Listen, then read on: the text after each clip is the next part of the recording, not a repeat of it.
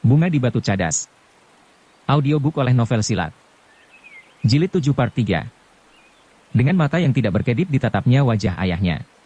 Namun ketika ayahnya memandangnya, ia pun segera melemparkan pandangannya dan jatuh pada ujung jari kakinya. "Kenapa?" desak ayahnya. Aku tidak melakukan, ayah," sahut Rudira tergagap setelah ia memaksa dirinya untuk menjawab. "Rudira, aku bukan orang yang terlampau dungu. Karena itu jangan menipu aku. Kau dan ibumu sudah bersepakat untuk membunuhnya." Raden Rudira masih akan mengingkarinya lagi. Tetapi ayahnya kemudian melemparkan anak panah yang sudah terpotong-potong ke hadapan Rudira, sehingga karena itu, maka anak muda itu pun telah terbungkam lagi. "Agaknya dendam yang membakar jantungmu sudah kau tiup-tiupkan ke telinga ibumu sehingga ibumu telah membantumu untuk memusnahkan Dipanala, meskipun aku agak curiga bahwa alasan itu terlampau kecil untuk mengambil keputusan untuk membunuh seseorang." Rudira sama sekali tidak dapat menjawab lagi. Karena itu dengan mulut yang bagaikan terbungkam ia menundukkan kepalanya dalam-dalam. "Rudira," ia mendengar suara ayahnya, "apakah pantas bagimu dan ibumu, bahwa karena persoalan yang kecil itu, kau sudah memutuskan untuk membunuhnya? Jika masalahnya adalah masalah Arum yang saat itu gagal kau bawa, sama sekali bukan alasan yang kuat untuk membunuhnya. Nah, apakah kau tahu alasan lain yang lebih dapat diterima dengan akal, bahwa Ki Dipanala harus dibunuh?" Rudira sama sekali tidak menyahut. "Rudira," ayahnya mendesak, "jawablah pertanyaanku. Apakah kau mengetahui alasan lain atau alasanmu sendiri yang lebih mantap agar orang itu dapat dibunuh?" Rudira masih belum menjawab. "Apakah kau tidak mendengar pertanyaanku, atau kau memang tidak dapat mengatakan apapun juga?" "Aku tidak tahu, ayah. Aku sama sekali tidak tahu." "Jadi alasanmu satu-satunya adalah karena Dipanala selalu mengganggu niatmu?" "Hanya itu," Rudira mengangguk. "Jika itu Rudira, kau adalah anak muda yang paling kejam dan bengis. Dipanala mempunyai keluarga. Mempunyai anak-anak yang makan karena jerih payahnya. Jika kau membunuhnya, maka anak-anak itu akan terlantar, dan kau tidak akan mendapat keuntungan apa-apa karena Danatirta sendiri akan dapat mencegahnya." Rudira tidak dapat menjawab lagi. Dan kepalanya yang tunduk menjadi semakin tunduk. "Rudira," berkata ayahnya, "seharusnya untuk melakukan hal serupa itu, kau harus minta pertimbangan kepadaku, kepada ayahmu. Masalahnya adalah masalah yang besar. Jiwa manusia. Dan kau agaknya hanya berbicara dengan ibumu. Aku tidak tahu kenapa ibumu dapat menyetujui rencanamu yang bengis itu." Rudira menjadi semakin tunduk. Kenapa? Tiba-tiba ayahnya membentak sehingga Raden Rudira menjadi terkejut karenanya. Tetapi ia sama sekali tidak dapat menjawabnya. "Rudira, aku ingin mendengar jawabmu. Sebelum kau menjawab dengan jawaban yang dapat aku mengerti, kau masih harus tetap duduk di situ." Dada Raden Rudira menjadi berdebar-debar.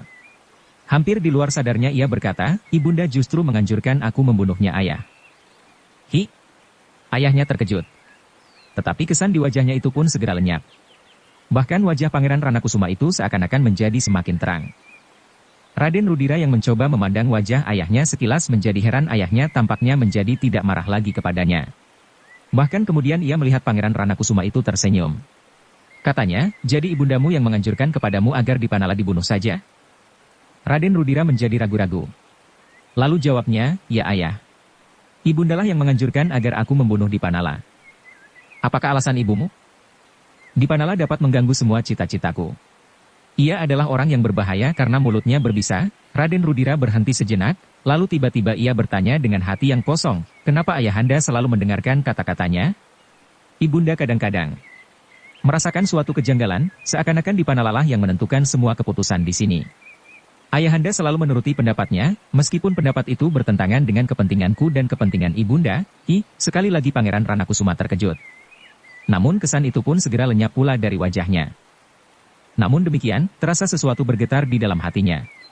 Bahkan kemudian timbul pertanyaan di dalam dirinya, apakah Galihwarit mengetahui hubunganku dengan adiknya? Tetapi ia pun kemudian menjawabnya sendiri, tentu tidak. Jika demikian tentu bukan Dipanala yang akan dibunuhnya. Sejenak Pangeran Ranakusuma itu merenung. Sekali-sekali dipandanginya kepala Rudira yang tertunduk. Kemudian dilemparkannya pandangannya itu jauh menembus kegelapan di luar daun pintu yang terbuka.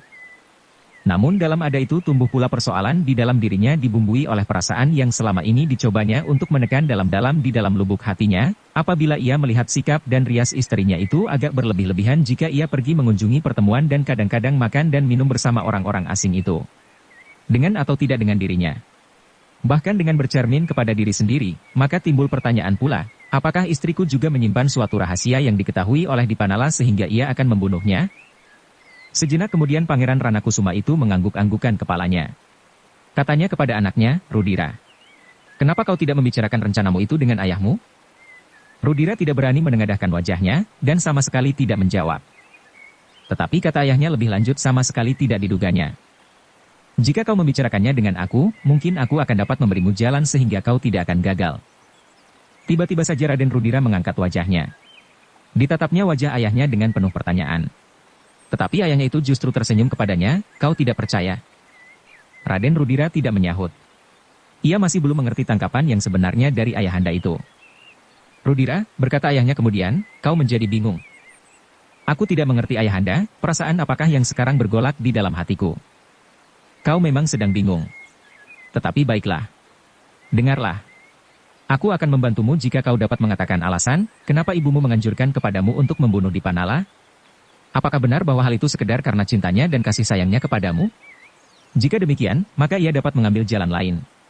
Karena itu, untuk kepentinganmu dan kepentingan ibundamu sendiri Rudira, cobalah, usahakanlah mengerti, apakah alasan ibumu yang sebenarnya. Apakah aku harus bertanya kepada ibunda? Terserahlah kepadamu. Tetapi hati-hati. Jangan menyakiti hati ibundamu. Ia memang sangat mengasihimu, ayahandanya berhenti jenak, lalu, jika aku mengetahui alasan yang sebenarnya itu, maka aku akan menentukan sikap. Jika masalahnya memang penting sekali dan wajar, aku akan menolongmu, Rudira mengangguk-anggukkan kepalanya. Nah, pergilah. Tetapi untuk selanjutnya kau harus berhati-hati.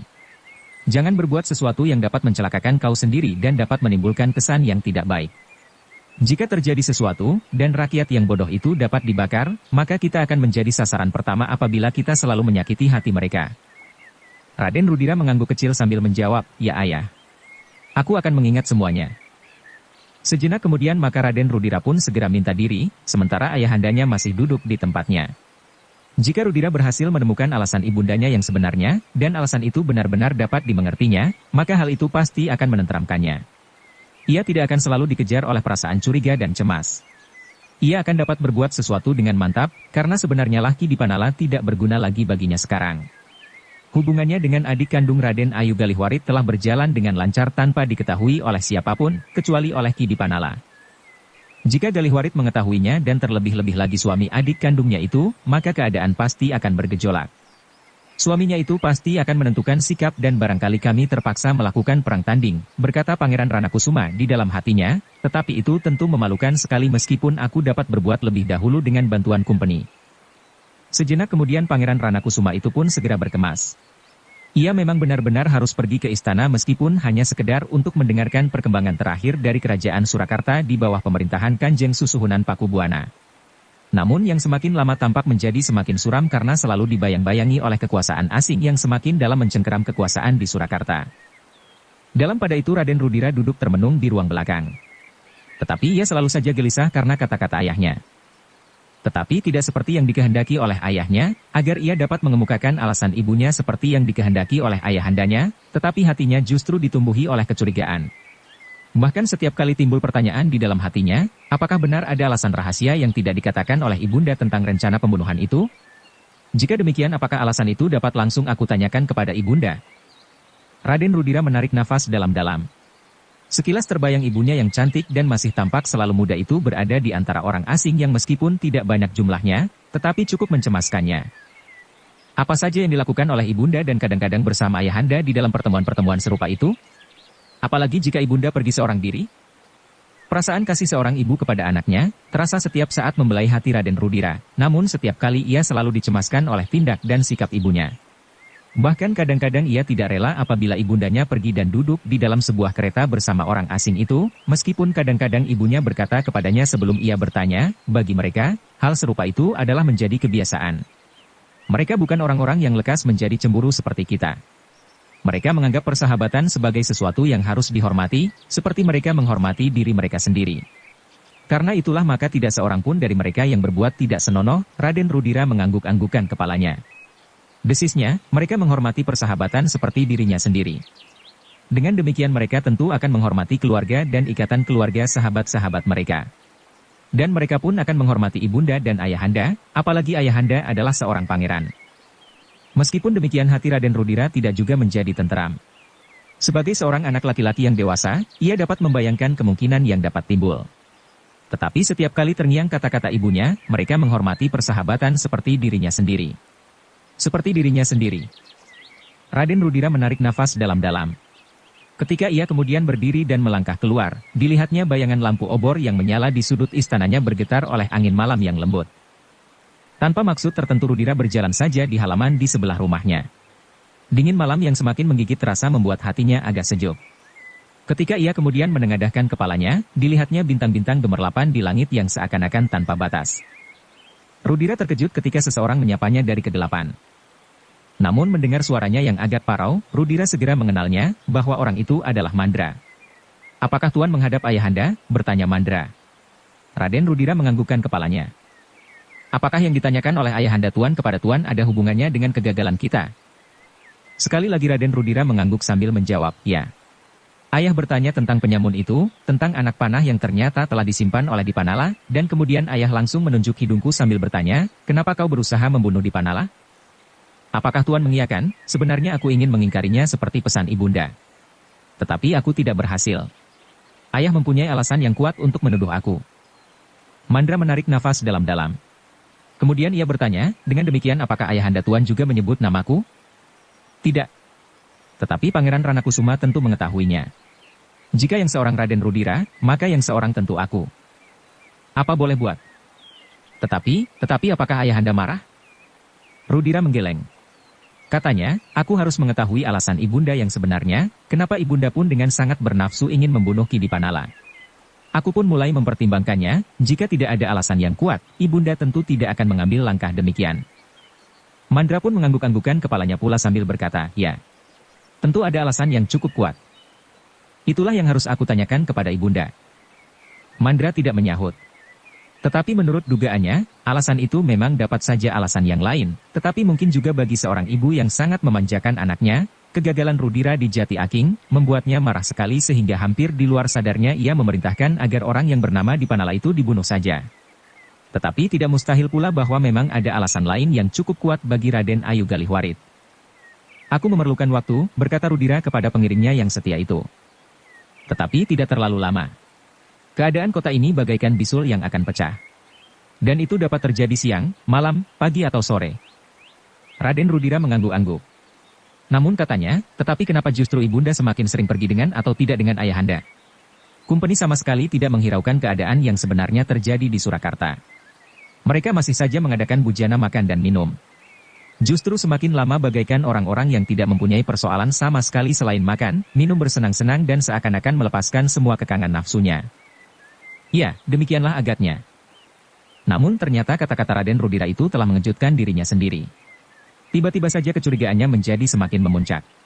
Sekali lagi terngiang kata-katanya sendiri yang seolah-olah begitu saja terlontar dari sela-sela bibirnya, makan, minum, bersenang-senang dan seakan-akan melepaskan semua kekangan nafsunya. Apakah betul begitu? Ia bertanya kepada diri sendiri. Namun pertanyaan yang lain telah membuat hatinya semakin gelisah, jika tidak, apa saja yang mereka lakukan? Pada suatu saat mereka tentu akan jemu makan dan minum betapa enak dan beraneka macamnya makanan. Tetapi mereka tentu mencari kepuasan yang lain, tidak sekedar makan minum.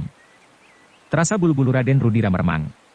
Sekilas terbayang wajah ibunya yang cantik dan masih selalu tampak muda. Pakaian dan rias yang berlebih-lebihan. Apakah Ayahanda tidak pernah merasa cemburu, atau justru karena dengan demikian ayah akan mendapatkan apa yang dikehendakinya? Jabatan, kekuasaan dan segala macam benda yang selama ini belum pernah kita miliki? Tidak. Tentu tidak, tiba-tiba saja hatinya melonjak, ayah tentu tidak akan mengorbankan harga dirinya sampai serendah itu. Apalagi Ayahanda adalah seorang pangeran. Jika terjadi sesuatu yang menyimpang dari keterangan ibunda, bahwa mereka menghormati persahabatan seperti dirinya sendiri, maka Ayahanda tentu akan bertindak. Tentu Ayahanda tidak akan menjual harga dirinya, berapapun juga mereka akan membeli. Tiba-tiba terasa hati Raden Rudira itu menjadi panas. Ia tidak mau, meskipun sekedar di dalam angan-angan, ibunya akan membagi kasih sayangnya. Ibunya mencintainya dan mencintai ayahandanya. Dan tidak boleh ada sangkutan kasih yang lain pada ibunya, apapun alasannya. Sadar atau tidak sadar, jujur atau tidak jujur. Tetapi Raden Rudira bahkan telah dicengkam oleh perasaan curiga yang amat sangat. Dan perasaan itu bagaikan mengorek dasar hatinya yang manja. Karena itu, maka terbersit suatu keinginan di dalam hatinya untuk sekali-sekali mengetahui meskipun dari kejauhan, apakah yang sebenarnya dilakukan oleh ibunda di dalam pertemuan-pertemuan serupa itu. Oh, Raden Rudira mengeluh di dalam hati, apakah aku sudah kehilangan kepercayaan kepada ibunda? Tetapi Raden Rudira tidak dapat menyingkirkan keinginan itu. Bahkan semakin ia mencoba melupakannya, rasa-rasanya bagaikan semakin dalam menghunjam ke dalam jantungnya. Dalam pada itu, pengaruh perkembangan hubungan antara pimpinan pemerintahan di Surakarta dan Kumpeni mempunyai pengaruh di dalam kehidupan sehari-hari. Beberapa orang bangsawan dengan tegas menunjukkan penolakan atas pengaruh yang semakin besar mencengkam Surakarta, sedang beberapa orang pangeran yang lain dengan senang hati menerima keadaan itu sebagai suatu karunia bagi mereka yang haus akan kekayaan dan kemewahan yang melimpah-limpah, tanpa menghiraukan kemungkinan apapun yang dapat terjadi atas bangsa dan negaranya. Pertentangan itulah yang bagaikan jalur yang menyelusur dari atas sampai ke bawah. Pengaruh para pangeran ternyata mempunyai warna tersendiri di daerah palenggahan mereka atau di daerah pengaruh mereka masing-masing. Dan itulah yang menyedihkan. Mereka yang tidak banyak mengerti tentang persoalan yang menyangkut pemerintahan dan hubungannya dengan perkembangan tanah mereka, menjadi terpecah pula. Sebagian dengan sadar menentukan sikap, dan yang sebagian lagi tanpa memikirkan sebab dan akibatnya, langsung saja berpihak. Dalam keseluruhan Surakarta sudah mulai retak. Para bangsawan saling mencurigai di antara mereka. Dan demikian juga rakyat di suatu daerah terhadap rakyat di daerah yang lain. Seakan-akan mereka bukan lagi terdiri dari kesatuan yang selama ini telah bersama-sama membina Surakarta dengan segala keprihatinan. Di Jati Aking, udara yang panas itu pun sudah terasa semakin panas. Dengan demikian maka baik Raden Juiring maupun Buntal telah menempa diri sejauh-jauh dapat dilakukan dengan cara masing-masing.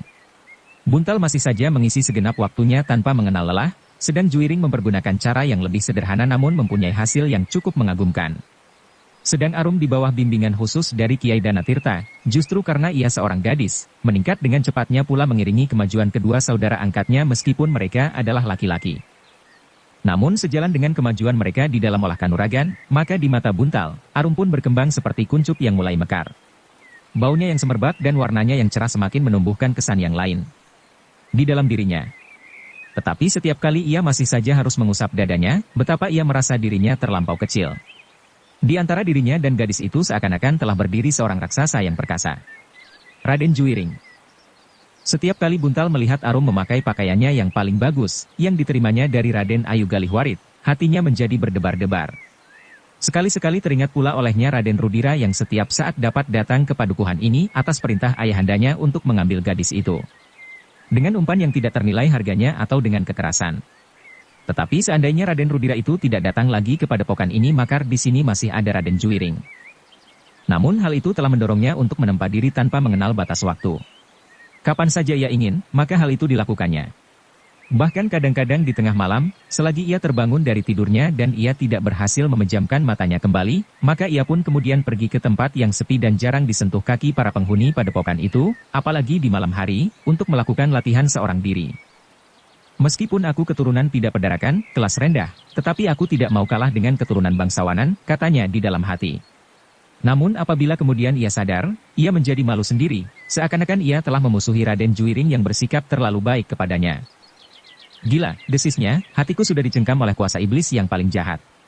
Tidak demikian seharusnya aku bersikap, di dalam perbuatan dan angan-angan terhadap saudara angkat apabila aku seseorang yang jujur. Namun setiap kali persoalan itu kembali menggelitik hatinya. Adalah suatu hal yang mengejutkannya ketika pada suatu hari Kiai Danatirta telah memanggilnya bersama Raden Juiring. Dengan wajah yang bersungguh-sungguh Kiai Danatirta itu pun berkata, "Anak-anakku, ternyata keadaan kini menjadi semakin gawat. Di sebelah timur telah timbul kegelisahan yang sangat. Mungkin masih belum terasa dari daerah yang aman seperti Jatisari. Namun kadang-kadang telah terjadi bentrokan yang gawat. Masih sering terjadi kesalahpahaman, sehingga seakan-akan yang terjadi adalah perselisihan di antara rakyat Surakarta. Seolah-olah terjadi perselisihan antara padukuhan yang satu dengan padukuhan yang lain, tetapi tidak demikian yang sebenarnya. Persoalannya jauh lebih dalam dari persoalan padukuhan yang kecil dan barangkali persoalan kerusuhan biasa." Raden Juiring mengerutkan keningnya. Lalu katanya, apakah sebabnya yang terjadi adalah demikian ayah? Bukankah dengan demikian para petanilah yang menjadi korban tanpa menyentuh sasarannya? Bukankah kerusuhan yang demikian itu tidak akan berarti apa-apa bagi Kumpeni? Kiai Danatirta mengangguk-angguk. Jawabnya, iya. Jika yang terjadi demikian, memang Kumpeni tidak akan merasa terguncang. Sama sekali. Bahkan mereka dapat memanfaatkan bentrokan-bentrokan kecil yang telah terjadi itu. Tetapi bagaimanapun juga yang telah terjadi itu merupakan persoalan. Jika para bangsawan masih saja berbeda sikap dan pendirian, maka hal serupa itu masih saja akan terjadi. Yang parah adalah apabila company justru dapat mengambil keuntungan dan meniupkan pertentangan di antara kita menjadi lebih besar lagi. Kedua anak-anak muda itu mengangguk-anggukkan kepalanya. Dan dengan suara yang dalam Raden Juiring berkata, dengan menyesal aku harus menyaksikan sikap ayahanda yang condong berpihak kepada company. Ya, sahut Kiai Danatirta, tetapi tanpa sesadarnya. Raden Ayu Galihwaritlah yang telah mendorongnya. Seperti yang dikatakan oleh Ki Dipanala, bahwa pemberian company yang berlimpah-limpah itu agaknya telah mengaburkan sikap satria yang seharusnya dimiliki oleh para bangsawan di Surakarta. Raden Juiring mengangguk-angguk. Tetapi wajahnya menjadi semakin buram. Agaknya sesuatu sedang bergejolak di dalam hatinya.